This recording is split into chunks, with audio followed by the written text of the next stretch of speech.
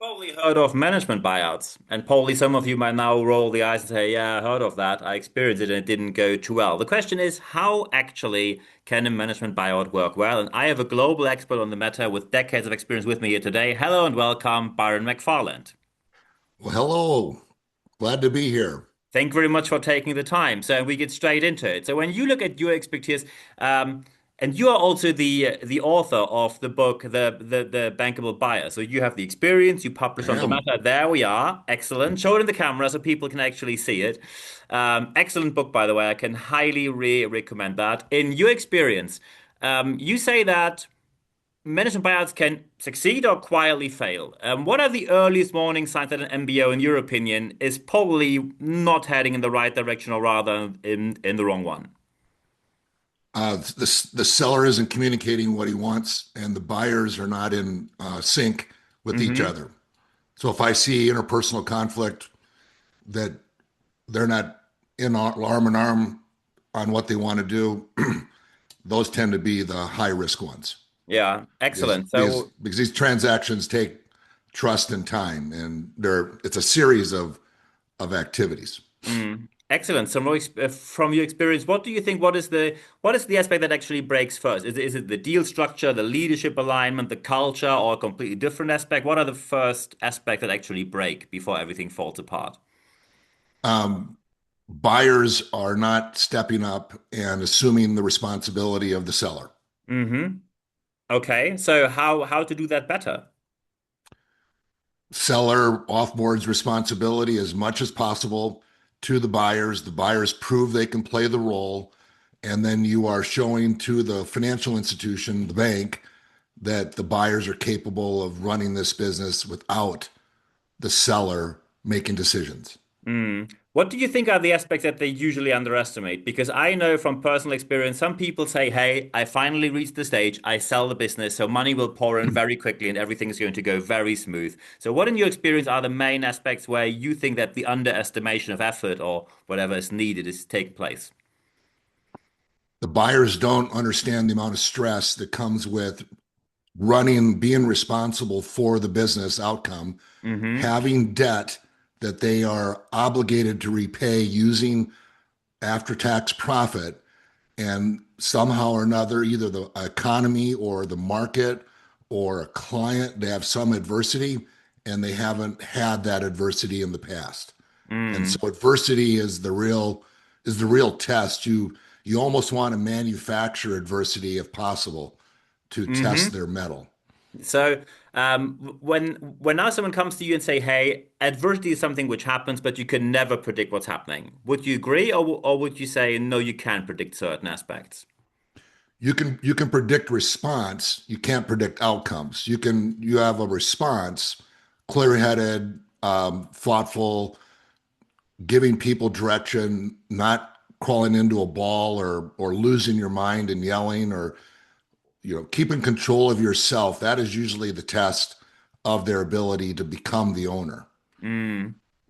So, let's say a key employee assesses whether they should genuinely want ownership, or maybe they just think maybe I just want more influence. How can they know? Because when someone says, "I am going to buy this business," maybe they are in a sales role and they know the business inside and out. They think probably between being in the business and owning the business is a massive difference. But how can they assess if they are really up to the game?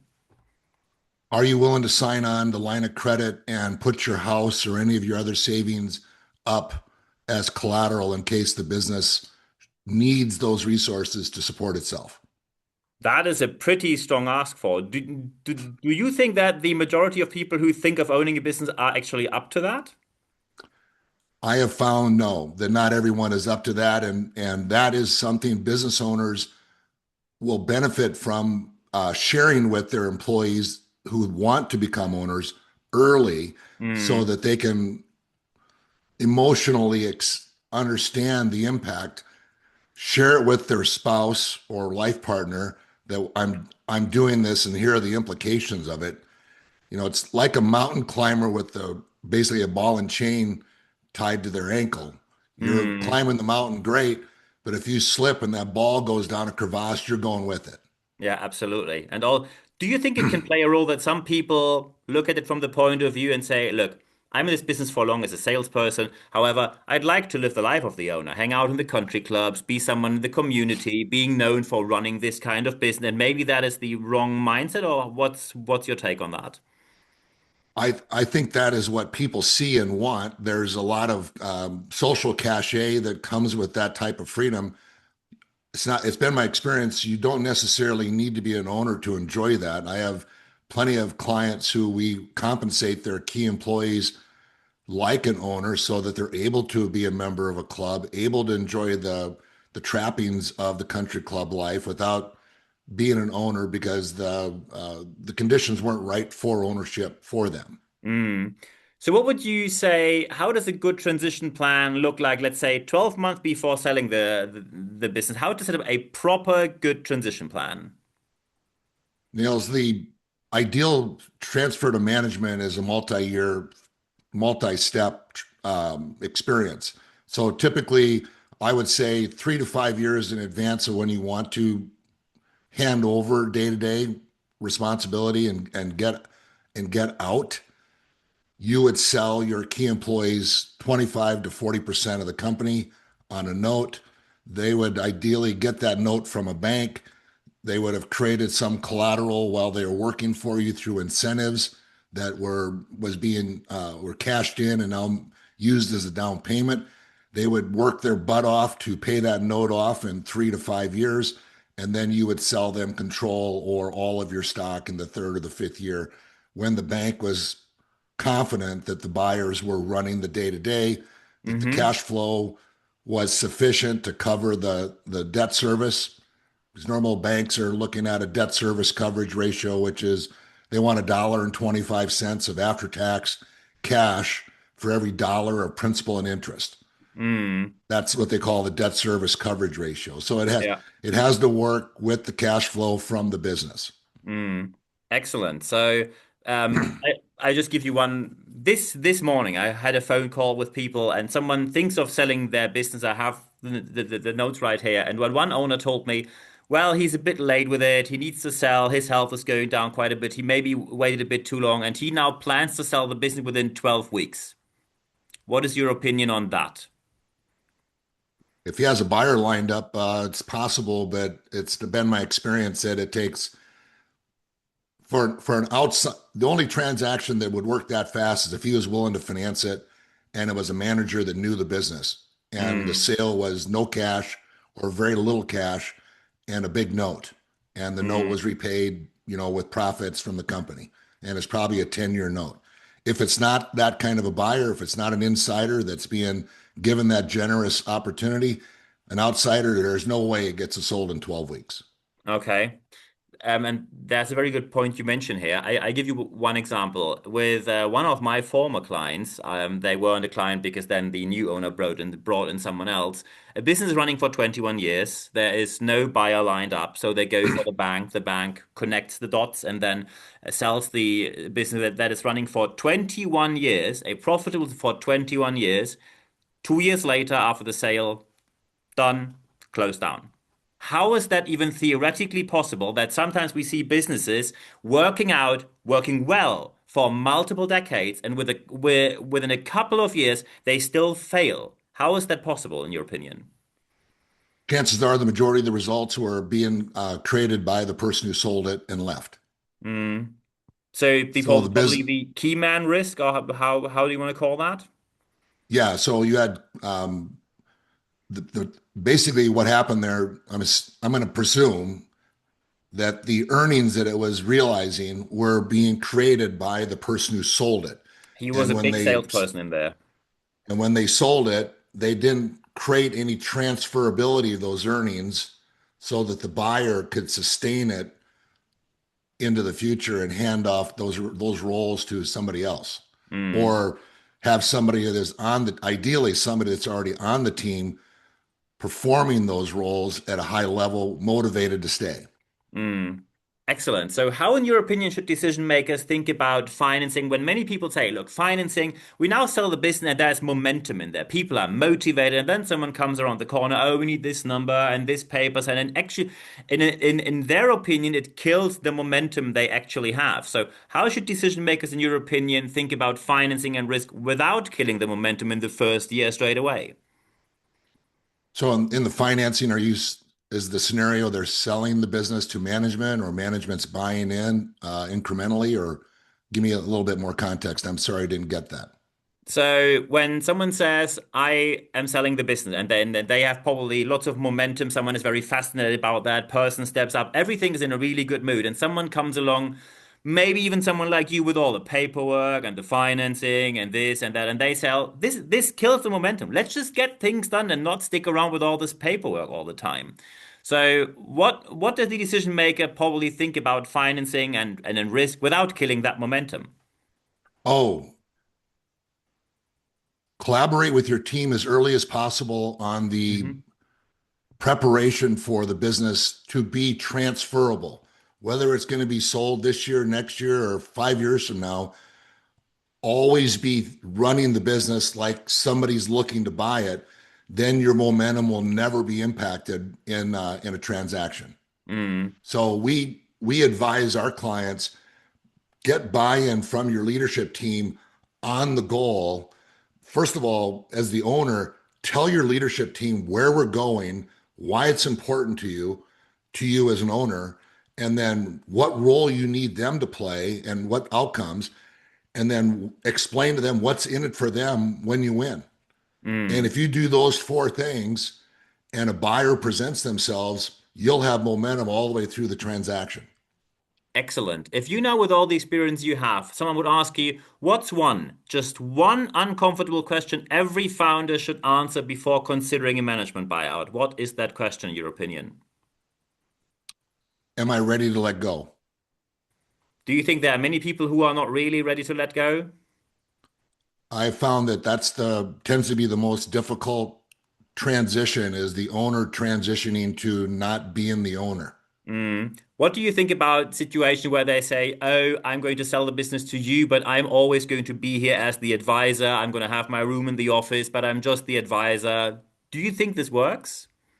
Yes, we do it all the time. If the relationship exists of mentor, not supervisor, meaning that I am not checking in on progress. I am just there when you need me for the once in a lifetime problem that you've not seen as the buyer. And this person has seen because they were there in 2007, 2009 when the US economy crashed. They Mm. navigated all those challenges and we haven't had anything since. If that should come back, you'd sure like to have somebody in your corner to talk to that was Yeah. safe. And I think you made an excellent point here. Mentor, not supervisor, because probably you also saw situations where someone just was in the office, but still basically running the whole business while the new owner was already sidelined from the very beginning then. It's the most common relationship in family businesses where the previous generation sits there and kind of oversees and is controlling things, but they're putting the newest generation kind of out on the street as the face of the company. Mm. So tell us a bit more about the bankable buyer. If someone now buys your book, what can they expect from the bankable buyer?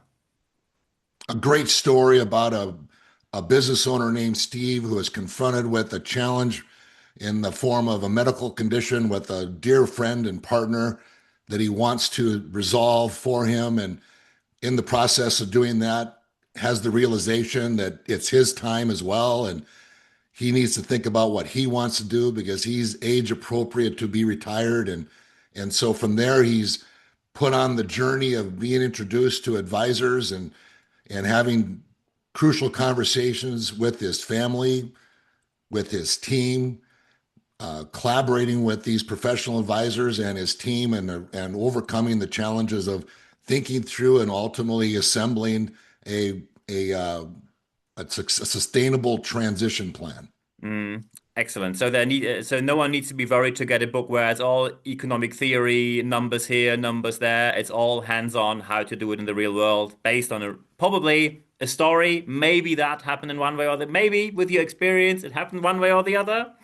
It's very much an avatar, Niles, of my experiences, and the reviews that I've received from book blogs is that it's a really good story and it defies expectations, and that it isn't a spreadsheet rich, terminology thick Yeah. experience. It's Yeah. something you can read. I get it, and then it combines the story with some reflection questions at the end of each chapter.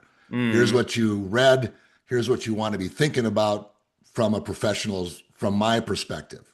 Yeah, excellent. Um, Also, because when we got in touch about the podcast, I can tell you most people who get in touch and talking about management buyout basically have the same CV. Many people I see who apply to be on this podcast basically say, okay, look, here's my rich family, here's my elite degree, and I was very happy to see that you come from a very different background. You were an advisor, then started your business, then had, I think, McFarland and Associates, and then now the McFarland Group. So you really built it from the scratch.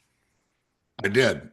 I created something that didn't exist. Yeah, excellent. That is probably the biggest achievement. Also, proof of concept, of course, proof of track record that you are able to not only talk about it but also walk the talk. If someone's now sitting there to wrap this interview up and says, "Okay, look, I'm thinking about a management buyout, but I'm in this business for so long I don't even know where to start." If someone asks you, "What are your top 3 points where to start from?" What's your advice for them? Reflect on your role. What am I doing here that I really, really love? And what would I be willing to give up? Start with what you're doing. And then ask yourself, if I wasn't doing this, what could I be doing with my time that would be enjoyable?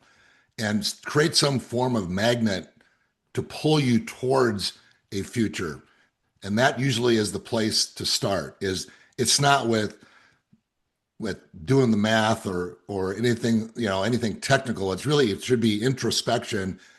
Talk to a friend or family member about what you love about what you do and what you don't, and then from that, see if you can't crystallize the thing that would be really exciting for you to do.